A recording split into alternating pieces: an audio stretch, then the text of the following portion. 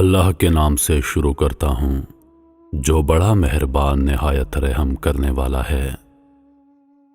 ہجر کی شب میں قید کرے یا صبح وصال میں رکھے، مولا تیری ہے مرضی تو جس حال میں رکھے۔ ایک حکیم صاحب ہوا کرتے تھے، بہت ہی نیک دل اور دیندار، جن کا طب خانہ کسی پرانی سی عمارت میں ہوا کرتا تھا۔ حکیم صاحب روزانہ مطب جانے سے پہلے بیوی سے کہتے کہ جو کچھ تم کو آج کے دن کے لیے درکار ہے ایک پرچی پر لکھ کر دے دو۔ بیوی لکھ کر دے دیتی۔ حکیم صاحب دکان پر آ کر سب سے پہلے وہ پرچی کھولتے، بیوی نے جو چیزیں لکھی ہوتی ان کے سامنے ان چیزوں کی قیمت درج کرتے، ان کا ٹوٹل کرتے، پھر خدا سے دعا کرتے، یا خدا میں صرف تیرے حکم کی تعمیل میں تیری عبادت چھوڑ کر یہاں دنیا داری کے چکروں میں آ بیٹھا ہوں۔ جو ہی تو میری آج کی مطلوبہ رقم کا بندوبست کر دے گا میں اسی وقت یہاں سے اٹھ جاؤں گا۔ اور پھر یہی ہوتا، کبھی صبح کے 9:30 بجے اور کبھی 10 بجے حکیم صاحب مریضوں سے فارغ ہو کر واپس اپنے گاؤں چلے جاتے۔ ایک دن حکیم صاحب نے دکان کھولی، رقم کا حساب لگانے کے لیے پرچی کھولی تو وہ پرچی کو دیکھتے دیکھتے رہ گئے۔ ایک لمحے کے لیے تو ان کا دماغ گھوم گیا۔ ان کو اپنی آنکھوں کے سامنے تارے چمکتے نظر آ رہے تھے، لیکن جلد ہی انہوں نے اعصاب پر قابو پا لیا۔ آٹے دال وغیرہ کے سامان کے بعد بیوی نے لکھا تھا بیٹی کے جہیز کا سامان۔ حکیم صاحب کچھ دیر سوچتے رہے، پھر سب چیزوں کی قیمت ان کے سامنے لکھنے کے بعد جہیز کے سامان کے سامنے لکھ دیا۔ یہ خدا کا کام ہے اور خدا جانے۔ ایک دو مریض آئے تھے، ان کو حکیم صاحب نے دوائی دے دی۔ اسی دوران ایک بڑی سی کار ان کے مطب کے سامنے آ کر رکی، لیکن کار کے آنے یا جو صاحب کار میں تھے ان کو حکیم صاحب نے کوئی توجہ نہ دی، کیونکہ کئی کاروں والے حضرات بھی حکیم صاحب کے پاس علاج معالجے کے لیے آیا کرتے تھے۔ جب وہ مریضوں والی دوائی لے کر چلے گئے تو وہ کار والے صاحب کار سے باہر نکلے اور حکیم صاحب کو سلام کر کے سامنے موجود بینچ پر بیٹھ گئے۔ حکیم صاحب نے کہا، اگر آپ نے کوئی دوائی لینی ہے تو یہاں سٹول پر آ جائیے تاکہ میں آپ کو چیک کر سکوں، اور اگر کسی اور مریض کی دوائی لے کر جانی ہے تو مریض کی کیفیت بیان کر دیں۔ وہ صاحب بولے، حکیم صاحب میرا خیال ہے آپ نے مجھے پہچانا نہیں، لیکن آپ پہچان بھی کیسے سکتے ہیں؟ میں 15-16 سال کے بعد آپ سے مل رہا ہوں۔ اپنی شناخت کے لیے میں آپ کو ہماری گزشتہ ملاقات کا حال سناتا ہوں۔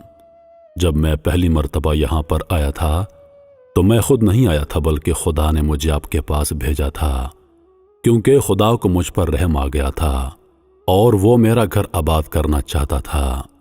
ہوا کچھ یوں کہ میں اپنے آبائی گاؤں جا رہا تھا، عین آپ کی دکان کے سامنے ہماری گاڑی پنکچر ہو گئی۔ ڈرائیور کار کا پہیہ اتار کر پنکچر لگوانے گیا تھا۔ آپ نے دیکھا کہ میں گرمی میں کار کے پاس کھڑا ہوں۔ آپ میرے پاس آئے اور مطب کی طرف اشارہ کر کے کہا، اندر کرسی پر آ کر بیٹھ جائیے۔ اندھا کیا مانگتا 2 آنکھیں۔ میں نے آپ کا شکریہ ادا کیا اور کرسی پر آ کر بیٹھ گیا۔ ڈرائیور نے کچھ زیادہ ہی دیر لگا دی۔ ایک چھوٹی سی بچی بھی یہاں آ کر میرے پاس کھڑی تھی اور بار بار کہہ رہی تھی مجھے بہت بھوک لگ رہی ہے، اور آپ اس سے کہہ رہے تھے بیٹی تھوڑا صبر کرو، ابھی چلتے ہیں۔ میں یہ سوچ کر کہ اتنی دیر سے آپ کے پاس بیٹھا ہوں، مجھے آپ سے کوئی دوائی خریدنی چاہیے تاکہ آپ میرے بیٹھنے کو زیادہ محسوس نہ کریں۔ میں نے کہا، حکیم صاحب میں انگلینڈ میں ہوتا ہوں، وہاں گئے مجھے 5-6 سال ہو چکے ہیں۔ جانے سے قبل میری شادی ہوئی تھی لیکن اولاد نہیں ہے۔ یہاں پر بہت علاج کروایا اور وہاں انگلینڈ میں بھی، لیکن اب صرف مایوسی ہے۔ آپ نے کہا، میرے بھائی توبہ استغفار پڑھو، خدا را اپنے رب سے مایوس نہ ہو، یاد رکھو اس کے خزانے میں کسی چیز کی کمی نہیں۔ اولاد، مال و اسباب، غمی خوشی، زندگی اور موت سب اسی کے ہاتھ میں ہیں۔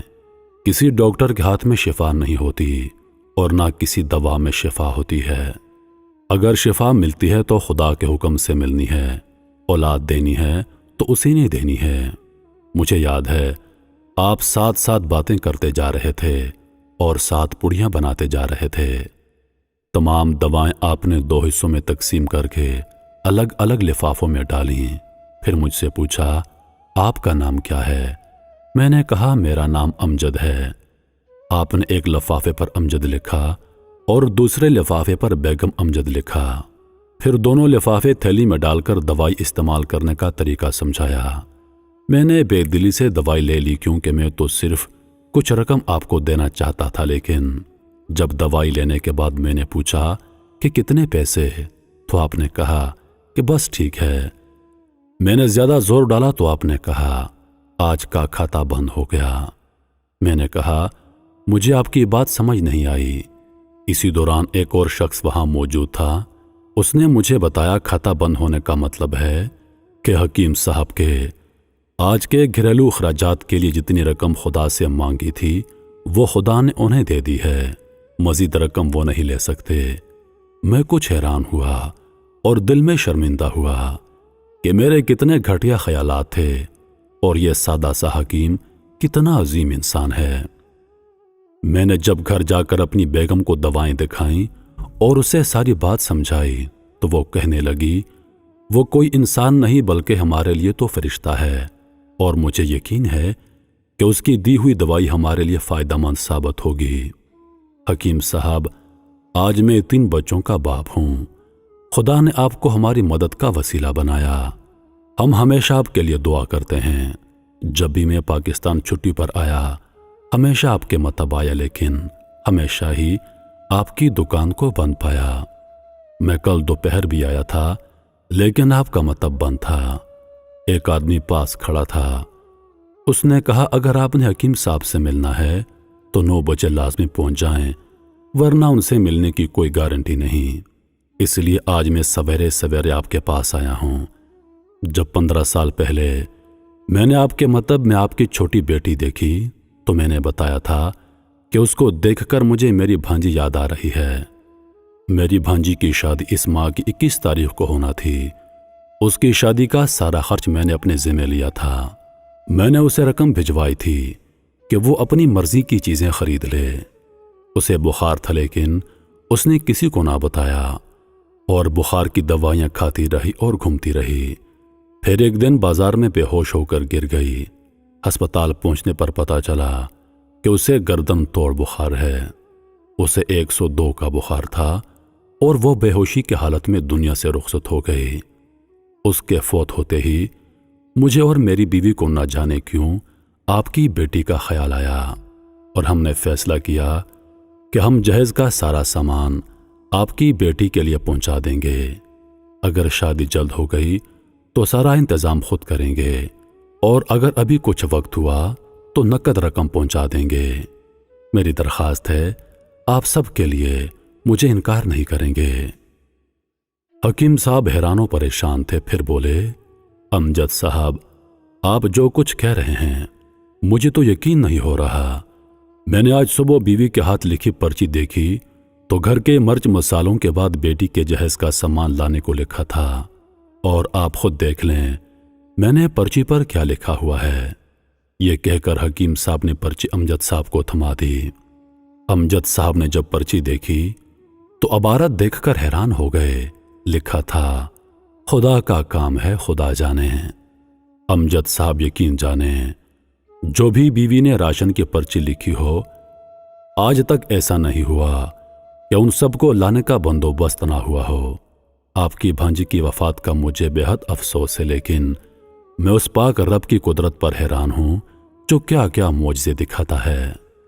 اس طرح حکیم صاحب کی بیٹی کے جہیز کا بندوبست ہوتا ہے اور بڑے اچھے طریقے سے ان کی شادی ہو جاتی ہے۔ محترم عزیز دوستو، یہ کہانی تو یہاں ختم ہوتی ہے، لیکن اس میں ہمارے لیے بہت بڑا سبق موجود ہے۔ وہ یہ کہ اللہ پر بھروسہ کرنا چاہیے، اللہ سے کبھی نا امید نہیں ہونا چاہیے، کیونکہ اللہ فرماتا ہے کہ مایوسی گناہ ہے، تم مجھ پر یقین کر کے تو دیکھو، تم مجھ سے صدقے دل سے مانگ کر تو دیکھو، میں نے نہ دیا تب کہنا۔ عزیز دوستو، آج ہم دعا تو کرتے ہیں لیکن ہماری دعائیں ادھوری ہوتی ہیں، ہماری دعاؤں میں شک ہوتا ہے۔ ہم اللہ پاک سے مانگتے ضرور ہیں لیکن 100% یقین کے ساتھ نہیں۔ جس دن ہماری دعاؤں میں 100% یقین آ گیا، اس دن ہماری زبان سے نکلی ہوئی ہر دعا قبول ہوگی۔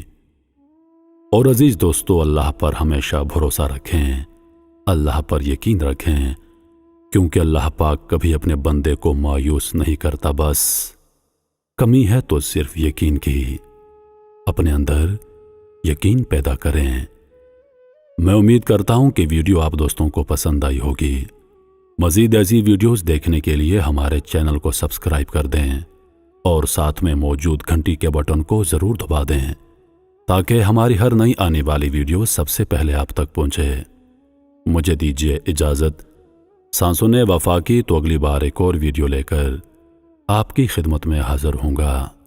تب تک کے لیے خدا حافظ۔ اللہ پاک آپ سب کا حافظ و نگہبان۔ ہنستے رہیے اور ہمیشہ مسکراتے رہیے۔